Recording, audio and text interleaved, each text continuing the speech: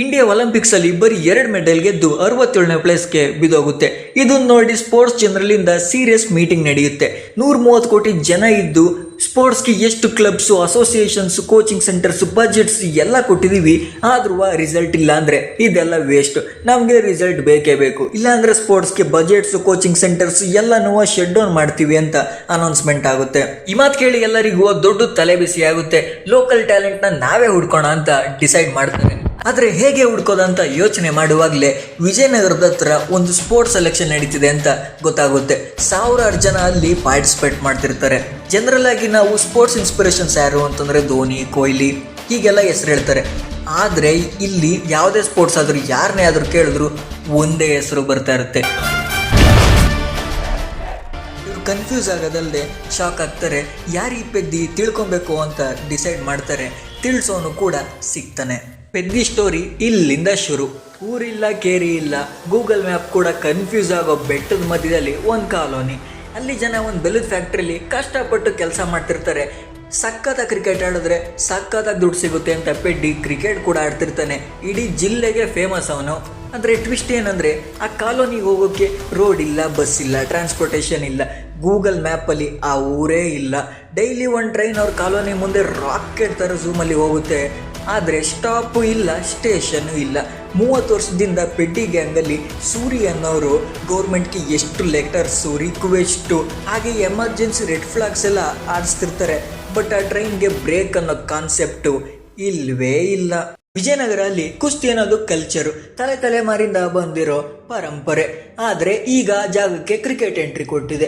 Cricket betting craze ಎಷ್ಟಿದೆ ಅಂತಂದ್ರೆ ಮನೆ ಮಠ ಎಲ್ಲ ಮಾರ್ಕೊಳ್ಳೋಕ್ಕೂ ಕೂಡ ರೆಡಿ ಇದ್ದಾರೆ. ಒಂಥರ ಹಬ್ಬ ಇದ್ದಂಗೆ. ಆ ಗ್ರೌಂಡಲ್ಲಿ ಪೆದ್ದಿ ಹೆಸರೇ ಒಂದು ಸೆನ್ಸೇಷನ್. ಅವನಿಗೋಸ್ಕರ ಆ್ಯಕ್ಷನ್ನು ಮಾಡ್ತಾರೆ, ಜನ ಸಪೋರ್ಟು ಕೂಡ ಮಾಡ್ತಾರೆ. ಅಷ್ಟೇ ಅಲ್ಲ, ಸಾವಿರಾರು ರೂಪಾಯಿ ಬೆಟ್ಟಿಂಗ್ ಕೂಡ ಹಾಕ್ತಾರೆ. ರಾಂಬುಜ್ಜಿ ಆ ಏರಿಯಾ ಬಿಗ್ ಫಿಶ್. ಯಾವಾಗ ಮ್ಯಾಚ್ ಆದ್ರೂ ಪೆದ್ದಿನ ತಗೊಳ್ಳೋದು, ಗೆಲ್ಲೋದು ಅದೇ ಅವನ ಆಟ. ಎಲೆಕ್ಷನ್ ಸೀಸನ್ ಶುರು ಆಗುತ್ತೆ. ವಿಜಯನಗರದಲ್ಲಿ ಸುಬ್ಬರಾಜು, ರಾಂಬುಜ್ಜಿ ಅಪ್ಪ ಆಪೋಸಿಟ್ ಕ್ಯಾಂಡಿಡೇಟ್ಸ್. ಸುಬ್ಬರಾಜು ಅವರ ದೊಡ್ಡ ಶಕ್ತಿ ಅವ್ರ ಮಗಳು ಆಚಿಯಮ್ಮ. ಅವಳದೇ ಕಬ್ಬಿನ ಗದ್ದೆಗೆ ಅವಳೇ ಬೆಂಕಿ ಹಾಕಿ ಆಪೋಸಿಟ್ ಅವ್ರು ಮಾಡಿದ್ರು ಅಂತ ಸಿಂಪತಿ ತಗೊಂಡು ಎಲೆಕ್ಷನ್ ಅಲ್ಲಿ ಸಖತ್ ಲೀಡಲ್ಲಿ ಹೋಗ್ತಿರ್ತಾಳೆ. ಇದನ್ನ ನೋಡಿ ರಾಂಬುಜ್ಜಿ ಸುಮ್ಮನೆ ಇರ್ತಾನ. ದೊಡ್ಡ ಎಲೆಕ್ಷನ್ ಇವೆಂಟ್ ಅಲ್ಲಿ ಆಚಿಯಮ್ಮನ ಡ್ರೆಸ್ ಕಳಚಿ ಅವಳನ್ನ ಅವಮಾನ ಮಾಡಿ ಅವಳ ಬಾಯಿ ಮುಚ್ಚಿಸ್ಬೇಕು ಅಂತ ಪ್ಲಾನ್ ಮಾಡ್ತಾನೆ. ಆದ್ರೆ ಪೆದ್ದಿಗೆ ಆಚಿಯಮ್ಮನ ಮೇಲೆ ಮಾರ್ಕೆಟ್ ಅಲ್ಲಿ ನೋಡಿದಾಗಿಂದ ಕ್ರಶ್ ಇರುತ್ತೆ. ಆ ಇವೆಂಟ್ ಅಲ್ಲಿ ಡ್ರೆಸ್ ಕಳಚಿ ಇನ್ನೇನು ಅವಮಾನ ಮಾಡಬೇಕು. ಅಷ್ಟರಲ್ಲಿ ಪೆದ್ದಿ ಶಾಮಿಯಾನ ಎಳೆದು ಅವಳನ್ನ ಕಾಪಾಡ್ತಾನೆ. ಅವಳಿಗೆ ಪೆದ್ದಿ ಮೇಲೆ ಲವ್ ಆಗುತ್ತೆ. ಆದ್ರೆ ಆ ಟೈಮಲ್ಲಿ ಒಬ್ಬ ಕ್ಯಾಮ್ರಾಮ್ಯಾನ್ ಆಚಿಯಮ್ಮಗೆ ಅವಮಾನ ಆಗ್ತಾ ಇರೋ ಫೋಟೋ ತೆಗ್ಬಿಟ್ಟಿರ್ತಾನೆ. ಆ ಫೋಟೋ ರಾಂಬುಜ್ಜಿ ಕೈ ಸೇರ್ಬೇಕು ಅಂತ ಇದ್ದಾಗ ಪೆದ್ದಿ ಎಂಟ್ರಿ ಕೊಟ್ಟು ನಾಯಿ ಹೊಡೆದಂಗೆ ಹೊಡೆದು ಆ ಫೋಟೋ ಹೊರಗೆ ಬರ್ದಂಗೆ ನೋಡ್ಕೊಳ್ತಾನೆ. ಆಗ್ಲೇ ರಾಂಬುಜ್ಜಿ ಒಂದು ನಿರ್ಧಾರ ಮಾಡ್ತಾನೆ, ಬಡ್ಡಿ ಮಗ ಪೆದ್ದಿನ ಸುಮ್ಮನೆ ಬಿಡಬಾರ್ದು ಅಂತ. ನೆಕ್ಸ್ಟ್ ದಿನ ಕ್ರಿಕೆಟ್ ಮ್ಯಾಚ್ ಇರುತ್ತೆ. ಪೆದ್ದಿನ ಅವಮಾನ ಮಾಡಬೇಕು ಅಂತ ರಾಂಬುಜ್ಜಿ ಆಕ್ಷನ್ ಅಲ್ಲಿ ಅವನಿಗೆ ಬಿಡ್ ಮಾಡಲ್ಲ. ಕೊನೆಗೆ ಆಪೋಸಿಷನ್ ಟೀಮ್ ಅವರು ಬರೀ ₹1 ಪೆದ್ದಿನ ತಗೊಳ್ತಾರೆ. ಬ್ಯಾಟಿಂಗ್ ಚಾನ್ಸು ಕೊಡಲ್ಲ. ಆದ್ರೆ ಕೊನೆ ಕ್ಷಣದಲ್ಲಿ ಕ್ರೀಸ್ಗೆ ಬಂದ ಪೆದ್ದಿ ಮ್ಯಾಚ್ ನ ಕಂಪ್ಲೀಟ್ ಆಗಿ ಚೇಂಜ್ ಮಾಡಿಬಿಡ್ತಾರೆ. 2 ಬಾಲ್ಗೆ 8 ರನ್ ಬೇಕಿರ್ತದೆ. ಪೆದ್ದಿ ಸಕ್ಕದಾಗ ಒಂದು 6 ಹೊಡಿತಾನೆ. ಗ್ರೌಂಡ್ ಫುಲ್ ಶೇಕ್ ಆಗುತ್ತೆ. ಕ್ರೌಡ್ ಜೋಶಲ್ಲಿ ಬಂದ್ಬಿಡ್ತಾರೆ. ಆ ಚೇರ್ ಕೇಳ್ಕೊಂಡು ಗೌರ್ ನಾಯ್ಡು ಕೂಡ ಅಲ್ಲಿಗೆ ಬರ್ತಾನೆ. ಆದ್ರೆ ಅದೇ ಸಮಯದಲ್ಲಿ ಪೆದ್ದಿ ಟೀಮ್ ಅವರೇನೆ ಮೋಸ ಮಾಡಿ ಮ್ಯಾಚ್ ಸೋಲೋ ಆಗಿ ಮಾಡ್ತಾರೆ. ಪೆದ್ದಿಗೆ ಎಲ್ಲರ ಮುಂದೆ ಅವಮಾನ ಆದಂಗೆ ಆಗುತ್ತೆ. ಇನ್ನ ಕ್ರಿಕೆಟ್ಗೂ ನನಗೂ ಮುಗೀತು ಅಂತ ಹೊರಡ್ತಿರೋ ಟೈಮಲ್ಲಿ ಗೌರ್ ನಾಯ್ಡು ಕುಸ್ತಿ ಆಡ್ತೀಯ ಅಂತ ಆಫರ್ ಮಾಡ್ತಾರೆ. ಪೆದ್ದಿಗೆ ಕ್ರಿಕೆಟ್ ಅಂದ್ರೆ ದುಡ್ಡು, ಅದಕ್ಕೆ ಇಲ್ವ, ಎಷ್ಟು ದುಡ್ಡು ಕೊಡ್ತೀಯ ಅಂತ ಕೇಳ್ತಾನೆ. ಗೌರ್ ನಾಯ್ಡಿಗೆ ಸಿಟ್ಟು ಬಂದು, ಇದು ಬರೀ ಆಟ ಅಲ್ಲ, ನಮ್ಮ ಅಸ್ತಿತ್ವ, ನಮ್ಮ ಹೆಮ್ಮೆ, ಇದೊಂದು ಐಡೆಂಟಿಟಿ ಅಂತ ಉಗಿದು ಕಳಿಸ್ತಾನೆ ಪೆದ್ದಿನ. ಗೌರ್ ನಾಯ್ಡು ಒಬ್ಬ ಹಳೆ ಪೈಲ್ವಾನ್. ಇವ್ರು ಗರಡಿ ಮನೆ ಹೆಸರು ಹೇಳಿದ್ರೆ ಸಾಕು, ಒಂದು ಕಾಲ ಇಡೀ ಇಂಡಿಯಾ ಶೇಕ್ ಆಗ್ತಿತ್ತು. ಕೆಲವರು ಇವ್ರನ್ನ ಗೆಲ್ಬೇಕು ಅಂತ ಕನ್ಸ್ ಕಾಣ್ತಾ ಇದ್ರೆ, ಇನ್ನ ಕೆಲವರು ಇವ್ರ ಆಪೋಸಿಟ್ ನಿಲ್ಲೋದಕ್ಕೂ ಕೂಡ ಹೆದರುತ್ತಾ ಇದ್ರು. ಆಟ ಇವರಿಗೆ ಎಷ್ಟು ಜೀವ ಅಂದ್ರೆ ಒಂದ್ಸರಿ ಅವರ ಪೈಲ್ವಾನ್ ಭದ್ರ ಕುಸ್ತಿಯ ಎಥಿಕ್ಸ್ ನ ಮರೆತು ರೌಡಿ ತರ ಗೆದ್ದು ಬಿಡ್ತಾನೆ. ಜನ ಎಲ್ಲ ಸೆಲೆಬ್ರೇಟ್ ಮಾಡ್ತಿರ್ತಾರೆ. ಆದ್ರೆ ಗೌರ್ ನಾಯ್ಡುಗೆ ಇದು ಇಷ್ಟ ಆಗಲ್ಲ. ಯಾಕೆಂದ್ರೆ ಅವ್ರ ದೃಷ್ಟಿಲಿ ಗೆಲ್ಲೋದು ಸೋಲೋದು ಮುಖ್ಯ ಅಲ್ಲ, ಹೇಗೆ ಆಡ್ತೀವಿ ಅನ್ನೋದು ಮುಖ್ಯ. ಅದು ಕುಸ್ತಿ, ಅದು ಗೌರ್ ನಾಯ್ಡು ಅವರ ತತ್ವ ಆಗಿರುತ್ತೆ. ಮಳೆ ಸೀಸನ್ ಶುರು ಆಗುತ್ತೆ. ಬೆಟ್ಟಗಳು ಕುಸಿಯೋಕೆ ಶುರು ಆಗುತ್ತೆ. ಜನ ಓಡಾಡೋಕೆ ಕಷ್ಟ, ಬದುಕೋಕೆ ಇನ್ನೂ ಕಷ್ಟ. ಒಂದು ದಿನ ಬೆಟ್ಟ ಕುಸಿದು ಒಂದು ಮಗು ಕೂಡ ಸತ್ತೋಗುತ್ತೆ. ಇದರಿಂದ ಸಾಕಾಗಿ ಸೂರಿ ಮತ್ತೆ ಗೌರ್ಮೆಂಟ್ ಹತ್ರ ಹೋಗಿ ಕೇಳ್ತಾನೆ. ಆದರೆ ಅಲ್ಲಿ ಸಿಗೋದು ಬರೀ ಅವಮಾನ. ಕೊನೆಗೆ ನಿರ್ಧಾರ ಮಾಡ್ತಾನೆ, ಟ್ರೈನ್ ನಿಲ್ಬೇಕು, ಇಲ್ಲ ಅಂದರೆ ನಾನೇ ಸಾಯ್ಬೇಕು ಅಂತ ಟ್ರ್ಯಾಕ್ ಮೇಲೆ ಹೋಗಿ ನಿಂತ್ಕೊತಾನೆ. ಪೆದ್ದಿ ಎಷ್ಟೇ ಟ್ರೈ ಮಾಡಿದ್ರು ಸೂರಿನ ಸೇವ್ ಮಾಡೋಕ್ಕಾಗೋದೇ ಇಲ್ಲ. ಸೂರಿ ಟ್ರೈನ್ಗೆ ಬಲಿಯಾಗ್ತಾನೆ. ಈ ಘಟನೆಯಿಂದ ಎಲ್ಲ ಬದಲಾಗುತ್ತೆ. ಕೋಪದಲ್ಲಿ ಜನ ಟ್ರ್ಯಾಕ್ ಕಿತ್ತಾಕ್ತಾರೆ. ಬಂದು ಟ್ರೈನು ಮಗ್ಚಿ ಹೋಗುತ್ತೆ. ಪೊಲೀಸು ಕೇಸು ಅರೆಸ್ಟು ಹೊಡೆದಾಟ ಎಲ್ಲ ಶುರುವಾಗುತ್ತೆ. ಪೊಲೀಸು ಇವರನ್ನು ಮನುಷ್ಯರು ಅಂತ ಕೂಡ ನೋಡಲ್ಲ. ಅಷ್ಟೇ ಅಲ್ಲದೆ ನಿಮಗೆ ಐಡೆಂಟಿಟಿನೇ ಇಲ್ಲ ಅಂತ ಸೂರಿ ಬಾಡಿ ಕೂಡ ಕೊಡೋದಕ್ಕೆ ಒಪ್ಪಲ್ಲ. ಆದರೆ ಪೆದ್ದಿ ಸುಮ್ಮನೆ ಇರಲ್ಲ. ಹೊಡೆದಾಡಿ ತನ್ನ ಜನರ ಜೊತೆಗೆ ಸೂರಿ ಬಾಡಿ ಕೂಡ ತಗೊಂಡು ಹೋಗ್ತಾನೆ. ಆ ದಿನ ಪೆದ್ದಿ ಒಂದು ಸತ್ಯ ಅರ್ಥ ಮಾಡ್ಕೊಳ್ತಾನೆ, ನಮಗೆ ಐಡೆಂಟಿಟಿ ಬೇಕೇ ಬೇಕು, ಅದು ಕುಸ್ತಿಯಲ್ಲಿ ಸಿಗುತ್ತೆ, ಕುಸ್ತಿ ನಮ್ಮ ಹೆಮ್ಮೆ, ನಮಗೆ ಐಡೆಂಟಿಟಿ ಕೊಡುತ್ತೆ ಅಂತ ಅಲ್ಲಿಂದ ಪೆದ್ದಿ ಗೌರ್ನಾಯ್ಡು ಅವರ ಗರಡಿ ಮನೆ ಹುಡಿಕೊಂಡು ಹೋಗ್ತಾನೆ. ಕುಸ್ತಿ ಪಟು ಆಗೋದು ಸುಲಭ ಅಲ್ಲ. ಡೈಲಿ ವೇಜಸ್ಗೋಸ್ಕರ ಬಂದಿಲ್ಲ ಅಂತ ಗೌರ್ನಾಯ್ಡುಗೆ ಪ್ರೂವ್ ಮಾಡಬೇಕಾಗುತ್ತೆ. ಮನೆ ಮಠ ಆಸೆ ಎಲ್ಲನ ಪಕ್ಕಕ್ಕಿಟ್ಟು ಪೇಷನ್ಸಿಂದ ಕಷ್ಟಪಟ್ಟು ಕಲಿತು ಒಂದು ಆಪರ್ಚುನಿಟಿಗೋಸ್ಕರ ಕಾಯ್ತಾ ಇರ್ತಾನೆ.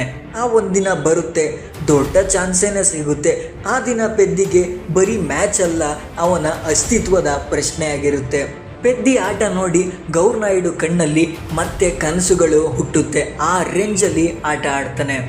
ಗೌರ್ನಾಯ್ಡು ಕಣ್ಣಲ್ಲಿ ಡ್ರೀಮ್ಸು, ಪೆದ್ದಿಗೆ ಅವನ ಉದ್ದೇಶ ಸಾಧಿಸೋ ಆಸೆ ಆಗ್ತಾ ಇರೋ ಹಾಗೆ ಅವರ ಮೇಲೆ ಕ್ವಶನ್ಸ್ಗಳು ಜಾಸ್ತಿ ಆಗ್ತಾ ಇರುತ್ತೆ. ಇವ್ನು ಯಾರು ಅಂತ ನಾವು ಫಂಡ್ ಮಾಡಬೇಕು, ನಮ್ಮ ಸಪೋರ್ಟ್ ಇವನಿಗೆ ಯಾಕೆ ಕೊಡಬೇಕು, ಇವ್ನು ಯಾವ ಊರಿಗೆ ಸೇರಿದವನು, ಒಂದು ಇವನು ನಮ್ಮೂರು ವಿಜಯನಗರನ ರೆಪ್ರೆಸೆಂಟ್ ಮಾಡಬೇಕು, ಇಲ್ಲಾಂದರೆ ಯಾವ ಸಪೋರ್ಟು ಇರಲ್ಲ ಅಂತ ಹೇಳ್ತಾರೆ. ಆ ದಿನ ಪೆದ್ದಿ ಒಂದು ದೊಡ್ಡ ನಿರ್ಧಾರ ಮಾಡ್ತಾನೆ. ತನ್ನ ನೆಲ ಬಿಟ್ಟು ವಿಜಯನಗರ ಹೆಸರಲ್ಲಿ ಆಡೋಕ್ಕೆ ಒಪ್ಕೊಳ್ತಾನೆ. ಈ ನಿರ್ಧಾರ ನೋಡಿ ಗೌರ್ನಾಯ್ಡುಗೆ ತನ್ನ ಹಳೆ ದಿನಗಳು ನೆನಪಾಗುತ್ತೆ. ಇವನ್ನ ಸರಿಯಾಗಿ ಪುಷ್ ಮಾಡಿದ್ರೆ ನ್ಯಾಷನಲ್ ಲೆವೆಲ್ ತಲುಪ್ತಾನೆ ಅಂತ ನಂಬಿಕೆ ಕೂಡ ಬರುತ್ತೆ ಅವರಿಗೆ. ಆದರೆ ಇವನು ಯಾಕೆ ನ್ಯಾಷನಲ್ ಲೆವೆಲ್ ಆಡಬೇಕು ಅಂತ ಗೌರ್ನಾಯ್ಡು ಪ್ರೂವ್ ಮಾಡೋಕ್ಕೋಸ್ಕರ ಇಡೀ ದೇಶದಲ್ಲಿ ಯಾವ್ಯಾವ ಗರಡಿ ಇರುತ್ತೆ ಅಲ್ಲಿಗೆಲ್ಲ ಒಂದು ಚಾಲೆಂಜ್ ಪತ್ರ ಕಳಿಸ್ತಾನೆ. ಯಾವ ಗರಡಿಯಿಂದ ಯಾರಾದರೂ ಬಂದು ನಮ್ಮ ಪೆದ್ದಿನ ಸೋಲಿಸಿದ್ರೆ ನನ್ನ ಹಾನರ್ನೇ ಕೂಡ ಬಿಟ್ಕೊಡೋದಕ್ಕೆ ರೆಡಿ ನಾನು ಅಂತ. ಈ ಮಾತು, ಈ ಚಾಲೆಂಜ್, ಈ ಕಾನ್ಫಿಡೆನ್ಸ್ ನೋಡಿ ಎದುರುಕೊಂಡು ಯಾವ ಗರಡಿ ಕೂಡ ಮುಂದೆ ಬರೋದಿಲ್ಲ. ಗೌರ್ನಾಯ್ಡು ಮುಂದೆ ಸೋತು ರಿವೆಂಜ್ಗೋಸ್ಕರ ವೆಯ್ಟ್ ಮಾಡ್ತಿದ್ದಂಥ ಸಿಸೋಡಿ ಕೂಡ ಮುಂದೆ ಬರೋದಿಲ್ಲ. ಯಾಕೆ ಅಂದರೆ ಗೌರ್ನಾಯ್ಡು ಮಾತಾಡಿ ಎಲ್ಲ ಆಟ ಆಡಿ ಪ್ರೂವ್ ಮಾಡೋರು. ಈಗ ಮಾತಾಡ್ತಿದ್ದಾರೆ ಅಂದರೆ ಅವರನ್ನೇ ಸೋಲ್ಸೋ ಅಂತ ಶಿಷ್ಯ ಅವರಿಗೆ ಸಿಕ್ಕಿರಬೇಕು ಅಂತ ಎಲ್ಲ ಸೈಲೆಂಟ್ ಆಗ್ತಾರೆ. ಅಲ್ಲಿಗೆ ಪೆದ್ದಿ ನ್ಯಾಷನಲ್ ಲೆವೆಲ್ ಆಡೋದಕ್ಕೆ ರೂಟು ಕ್ಲಿಯರ್ ಆಗುತ್ತೆ, ಲೆಟರು ಕೂಡ ಬರುತ್ತೆ.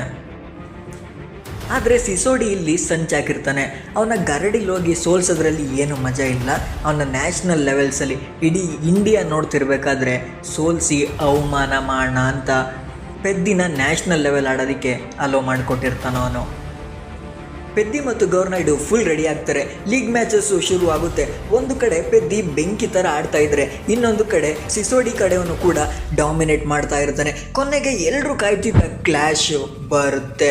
ಸೆಮಿಫೈನಲಲ್ಲಿ ಪೆದ್ದಿ ಮತ್ತು ಸಿಸೋಡಿ ಕಡೆಯವರು ಆಪೋಸಿಟ್ ಆಗ್ತಾರೆ. ಆದರೆ ಮ್ಯಾಚ್ ಹಿಂದಿನ ದಿನ ಗೌರ್ನಾಯ್ಡು ಅವರ ಹಳೆ ಶಿಷ್ಯ ಭದ್ರ ತನ್ನ ಹಳೆ ರಿವೆಂಜ್ಗೋಸ್ಕರ ಪೆದ್ದಿ ಕಾಲಿನ ನರ್ವ್ಗೆ ಡ್ಯಾಮೇಜ್ ಮಾಡ್ತಾನೆ. ಪೆದ್ದಿಗೆ ನಿಲ್ಲೋದು ಕೂಡ ಕಷ್ಟ ಆಗೋ ಪರಿಸ್ಥಿತಿ. ಆದರೆ ಅವನು ಹಿಂದೆ ಹೋಗಲ್ಲ. ನೋವು ಕಷ್ಟ ಎಲ್ಲನೂ ಸಹಿಸ್ಕೊಂಡು ಆಟಕ್ಕೆ ಇಳಿತಾನೆ. ಆಪೋನೆಂಟ್ಸ್ ಎಲ್ಲರೂ ಇಂಪಾಸಿಬಲ್ ಅಂದ್ಕೊಂಡಿದ್ದ ಮ್ಯಾಚಲ್ಲಿ ಪೆದ್ದಿ ಗೆದ್ದು ಸಿಸೋಡೆ ಕಡೆಯವ್ರನ್ನ ಸೋಲಿಸ್ಬಿಡ್ತಾನೆ. ಆ ಗೆಲುವು ಎಷ್ಟು ದೊಡ್ಡದು ಅಂದರೆ ಆಪೋನೆಂಟ್ಸ್ನ ಡ್ಯಾಮೇಜ್ ಮಾಡೋದಕ್ಕಿಂತ ಅವನನ್ನೇ ತುಂಬ ಡ್ಯಾಮೇಜ್ ಮಾಡಿಬಿಡುತ್ತೆ. ಅವನ ನರ್ವು ಕಂಪ್ಲೀಟಾಗಿ ಡ್ಯಾಮೇಜ್ ಆಗಿ ಕಾಲಿನ ಸ್ಟ್ರೆಂತ್ನೇ ಕಳ್ಕೊಂಡ್ಬಿಡ್ತಾನೆ. ಫೈನಲ್ ಆಡೋದಿರಲಿ, ಸರಿಯಾಗಿ ನಡೆಯೋದು ಕೂಡ ಕಷ್ಟ ಆಗೋ ಪರಿಸ್ಥಿತಿ. ಫೈನಲ್ಗೆ ಕ್ವಾಲಿಫೈ ಆಗಿದ್ರೂ ಕೂಡ ಫೈನಲ್ ಆಡ್ದೇ ಎಕ್ಸಿಟ್ ಆಗಿಬಿಡ್ತಾನೆ. ಇಂಜುರಿ ಆದಮೇಲೆ ಎಲ್ಲರೂ ಪೆದ್ದಿ ಗೇಮ್ ಮುಗೀತು ಅಂತ ಅಂದ್ಕೊಳ್ತಾರೆ. Government job, second prize, settlement ಎಲ್ಲ ಆಫರ್ ಬರುತ್ತೆ. ಆದರೆ ಪೆದ್ದಿಗೆ ಅದು ಬೇಕಾಗಿಲ್ಲ. ತನ್ನ ಜನ, ತನ್ನ ಹುಡುಗಿ, ತನ್ನ ಊರು, ಇವರಿಗೆಲ್ಲ ಒಂದು ಐಡೆಂಟಿಟಿ ಬೇಕು ಅಂತ ಹೊರಡ್ತಾನೆ. ಕಷ್ಟಪಟ್ಟು ಮಿನಿಸ್ಟರ್ನ ಮೀಟ್ ಮಾಡ್ತಾನೆ. ಆದರೆ ಅಲ್ಲಿ ಒಂದು ಸತ್ಯ ಗೊತ್ತಾಗುತ್ತೆ, ಗೆದ್ರೆ ಮಾತ್ರ ವ್ಯಾಲ್ಯೂ, ಸೆಕೆಂಡ್ ಬಂದರೆ ಯಾರು ನೆನ್ಪಿಟ್ಕೊಳ್ಳಲ್ಲ ಅಂತ.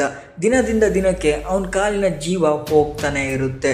ಆಗ ಒಂದು ಲೆಗ್ ರನ್ನಿಂಗ್ ರೇಸ್ ಪ್ರಾಕ್ಟೀಸ್ ನೋಡಿ ಒಂದು ನಿರ್ಧಾರ ಮಾಡ್ತಾನೆ.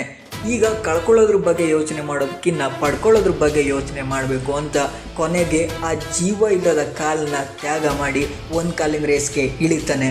ಮತ್ತೆ ಗೆದ್ದೇ ಬಿಡ್ತಾನೆ. ದೊಡ್ಡ ಸ್ಟೇಜ್ ಸಿಗುತ್ತೆ, ಕೇಳಿಸ್ಕೊಳ್ಳೋಂಥ ದೊಡ್ಡ ವ್ಯಕ್ತಿಗಳೆಲ್ಲ ಕಣ್ಣು ಮುಂದೆ ಇರ್ತಾರೆ. ನನಗೆ ಗೋಲ್ಡ್ ಮೆಡಲ್ ಬೇಡ, ನಮಗೆ ಐಡೆಂಟಿಟಿ ಬೇಕು, ಇದೇ ನಮಗೆ ಗೋಲ್ಡ್ ಮೆಡಲು ಅಂತ ತನ್ನ ಊರಿನ ಕಷ್ಟ, ಟ್ರೈನ್ ಸಮಸ್ಯೆ, ಜನರ ನೋವು ಎಲ್ಲ ದೇಶದ ಮುಂದೆ ಹೇಳ್ತಾನೆ. ಆ ವಿಷಯ ಕೇಳಿದ ಅಧಿಕಾರಿಗಳು ಕೂಡ ಶಾಕ್ ಆಗ್ತಾರೆ, ಹಾಗೆ ಅವನ ಕಷ್ಟಗಳಿಗೆ ಸ್ಪಂದಿಸ್ತಾರೆ. ಕೊನೆಗೂ ಆ ಊರಲ್ಲಿ ಟ್ರೈನು ಸ್ಟಾಪ್ ಆಗುತ್ತೆ, ಒಂದು ಜಂಕ್ಷನ್ ಅಂತ ಬರುತ್ತೆ, ಒಂದು ಸ್ಟೇಷನ್ ಅಂತ ಆಗುತ್ತೆ. ಪೆದ್ದಿ ಅಂದ್ಕೊಂಡಿದ್ದೆಲ್ಲ ಸಾಧಿಸ್ತಾನೆ. ಅದೇ ಟ್ರೈನಲ್ಲಿ ಒಲಿಂಪಿಕ್ಸ್ಗೆ ಸೆಲೆಕ್ಟ್ ಮಾಡೋಕ್ಕೆ ಬಂದವರು ಇಂಥ ಮನುಷ್ಯನ ಬಗ್ಗೆ ಕೇಳಿ ನನ್ನ ಮುಖ ನಾನೇ ಕನ್ನಡಿಲಿ ನೋಡ್ಕೊಳಕ್ಕಾಗದೇ ಇರೋ ಹಾಗೆ ಆಗಿದೆ, ನಾನು ಇನ್ನೂ ಚೆನ್ನಾಗಿ ಕೆಲಸ ಮಾಡ್ತೀನಿ, ನಾನು ಯಾವುದೇ ಕಾರಣಕ್ಕೂ ಛಲ ಹಠ ಬಿಡಲ್ಲ ಅಂತ ಹೊರಡ್ತಾನೆ. ಪೆದ್ದಿ ಫ್ಯಾಮಿಲಿ ಜೊತೆ ಆರಾಮಾಗಿ ಇರ್ತಾನೆ.